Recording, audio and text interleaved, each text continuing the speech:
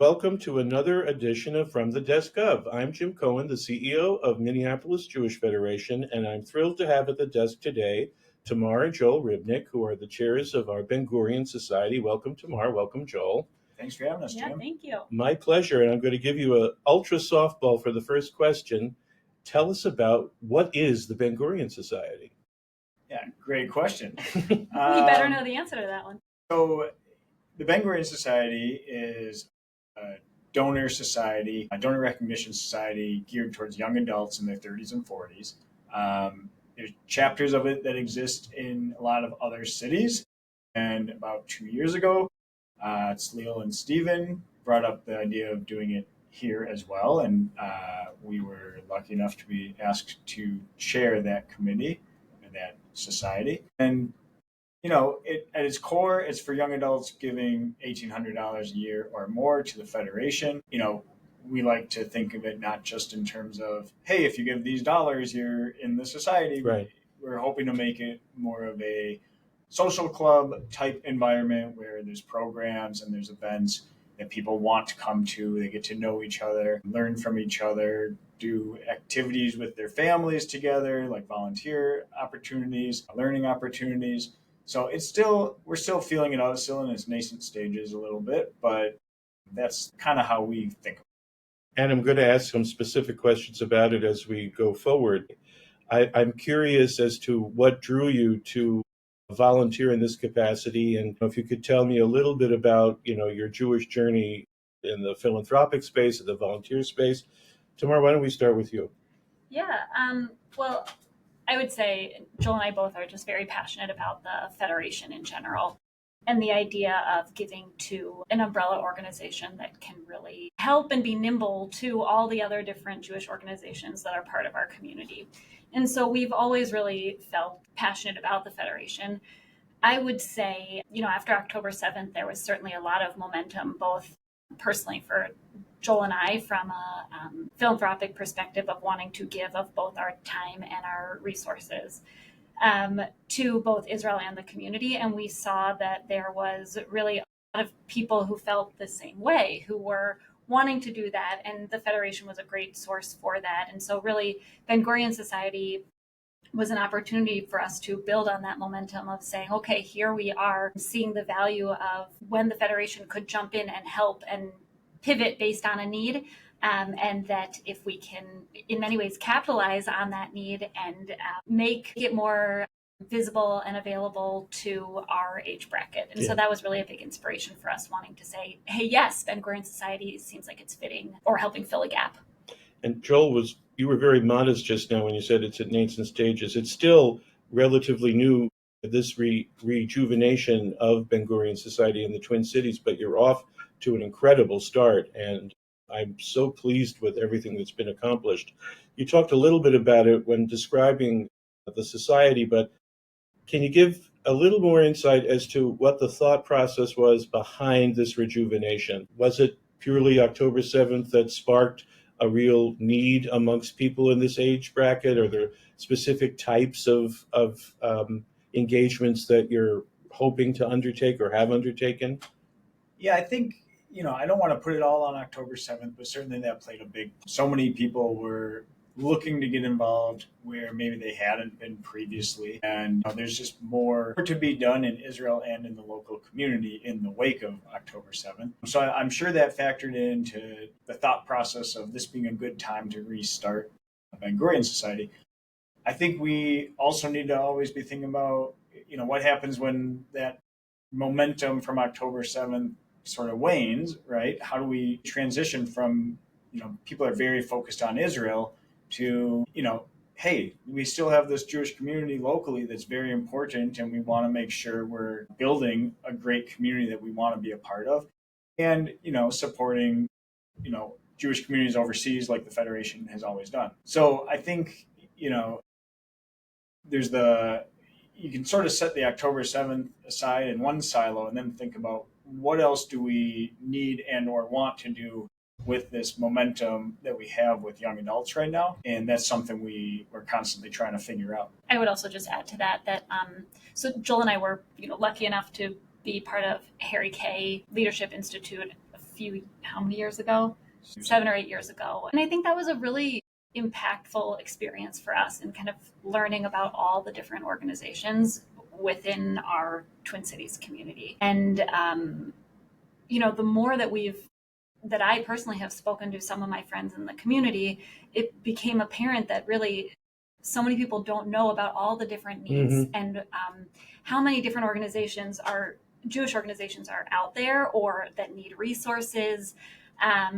And when I started talking to them about the Federation and how the Federation is serving all of those different Jewish organizations that we may or may not know about based on our own personal needs or where we're not impacted, more importantly, for older care or younger care, whatever it is, I think that was really interesting for me to hear what people didn't know.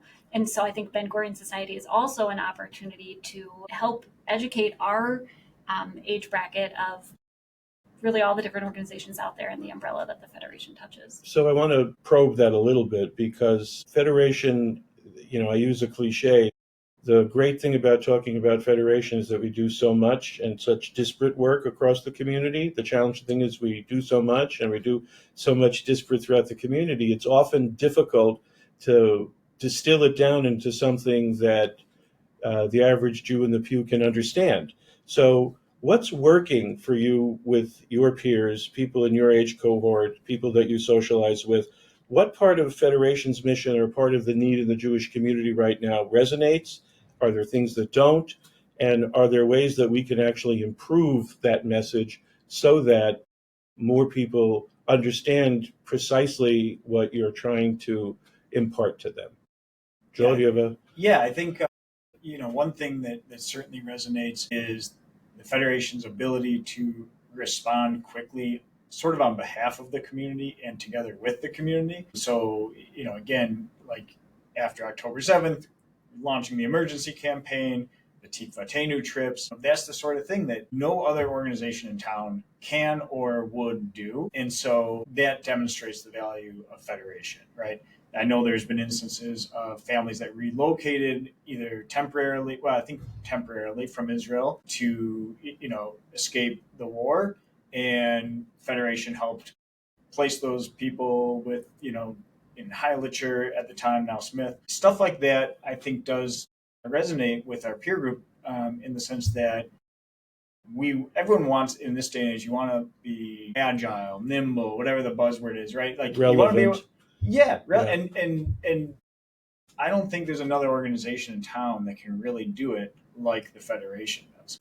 Certainly not on the scale. I've heard, just as I've been learning about nonprofits in general, that as a demographic, and this is not for Jewish organizations, this is more of a general statement, that our generation has lost some trust in institutional-based giving. Definitely.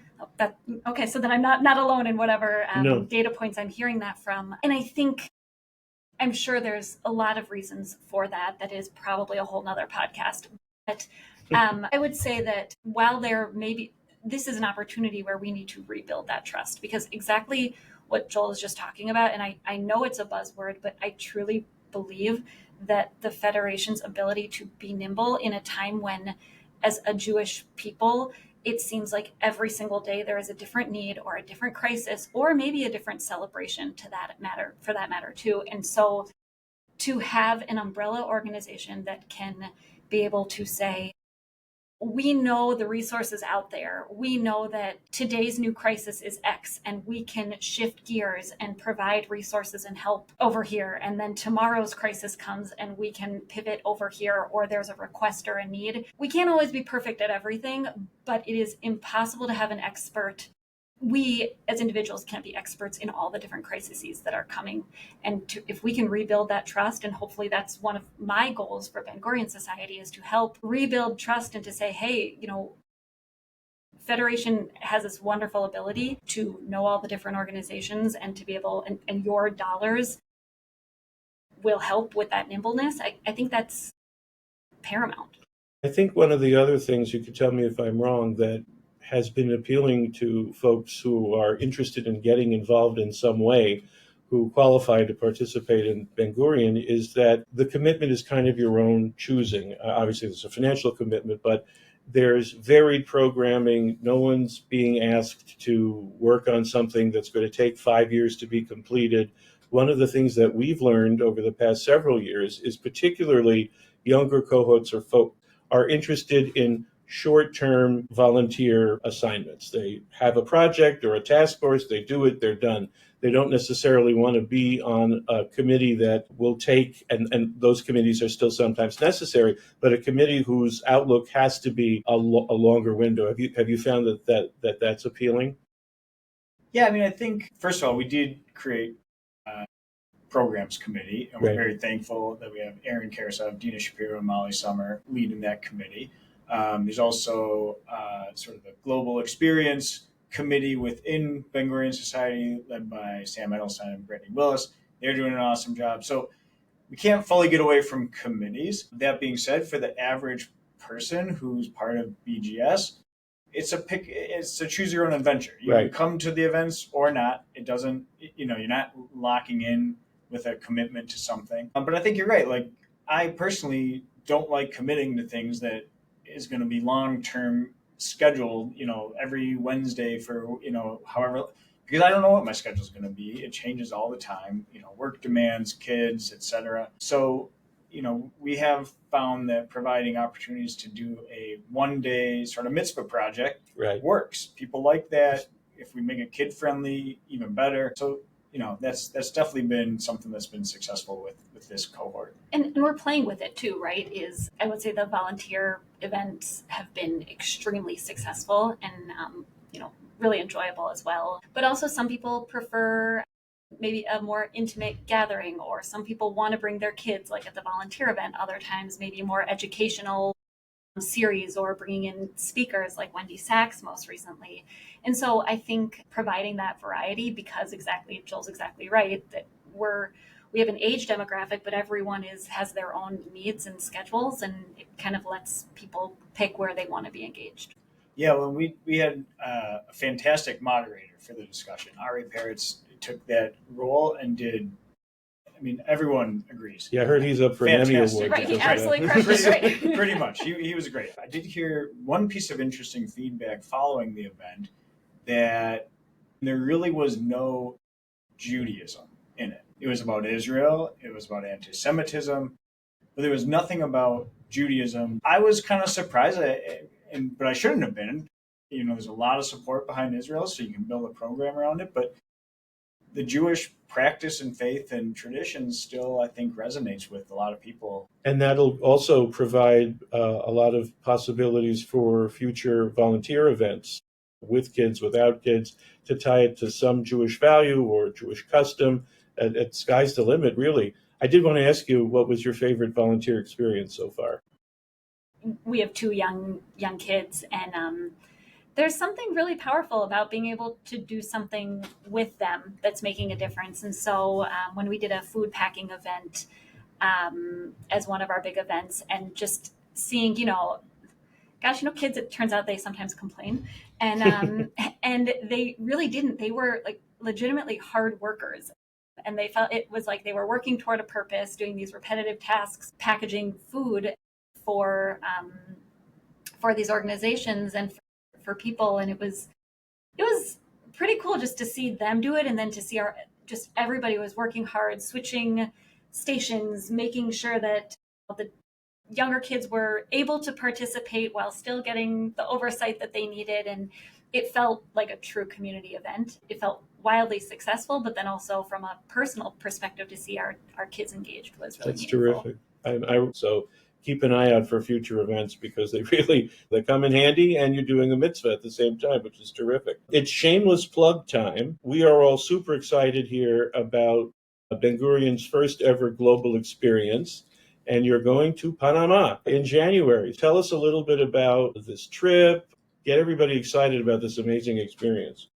Taking a step back of how we and the Global Experience chairs and the rest of the team came up with the idea for Panama, we were looking at, the world's the limit. How do you start narrowing it down? And so we said, well, we want, it to be X many hours away by flight, or we start narrowing down time of year, weather. But we really started narrowing it down, and Panama wasn't on our radar. And we started looking into it, and I could not believe it. I always thought, okay, Panama, that sounds cool. They have this thriving Jewish population that I had absolutely no idea about. We were looking at other locations, and many of them had, we were looking at Cuba, for instance, and it sounded really cool. But the Jewish community seemed like that was the Jewish community of the past. And as we started looking at Panama and how has this thriving, growing, vibrant Jewish community. It has the largest kosher grocery store in the world, kosher restaurants, engaged and active Jewish community participants. That felt like a Jewish community of the future. And that looks forward. And to us, when we think about the goals of the global experience trip with Ben-Gurion Society, we are a community coming together to look toward the future.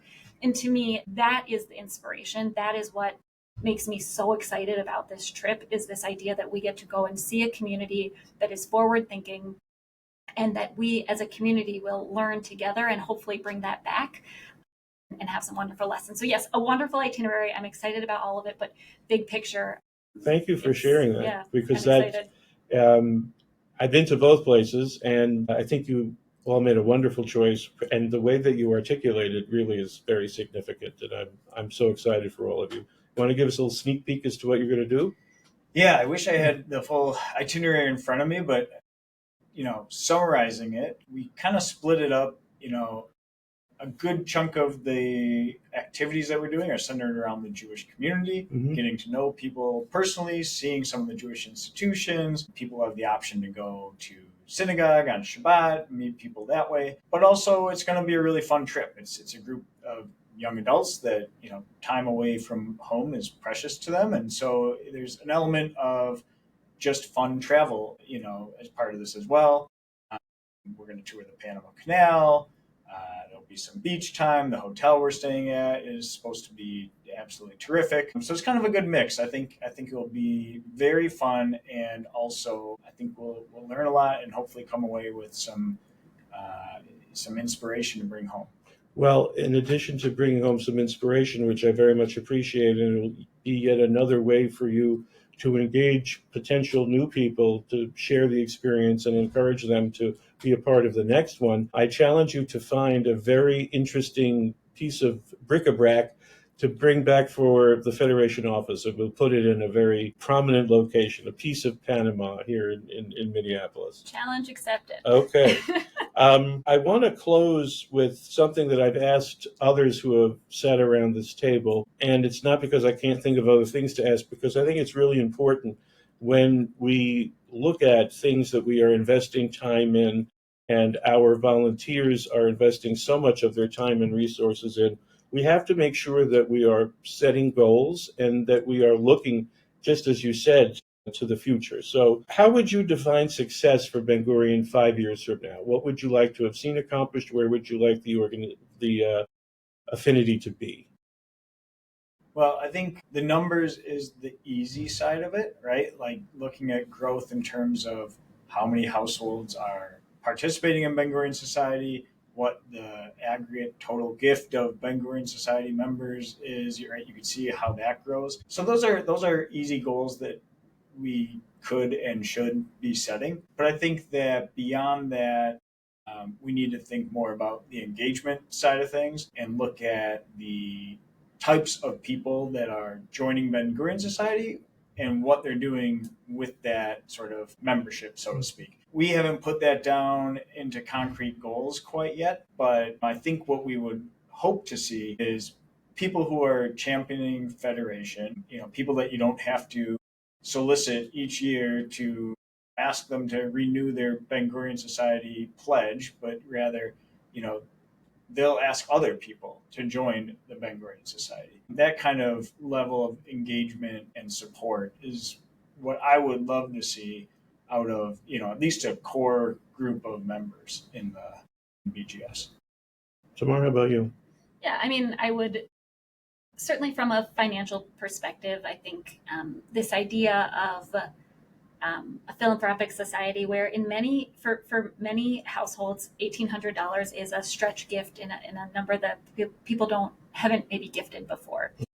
So Ben-Gurion Society, I kind of think of it as, again, just from the numbers perspective, is a way to almost exercise that giving muscle, if you will, and to push yourself. And so for people to kind of become comfortable with the idea of a big gift to an institution like this, I think is really important. But from a community perspective, I think Joel really hit the nail on the head. You know, we are champions. We're clearly passionate about Ben-Gurion Society, but I think success to us is that we have created hopefully a more of a foundation that grows, that the members themselves are engaged enough and interested enough that they want to share, and it's kind of like that ripple effect.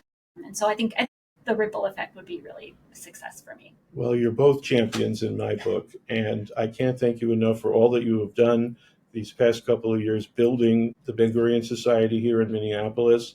I thank you for that. I thank you for joining me today, and I wish you both a Shana Tova. And until next time, from the desk of, bye now.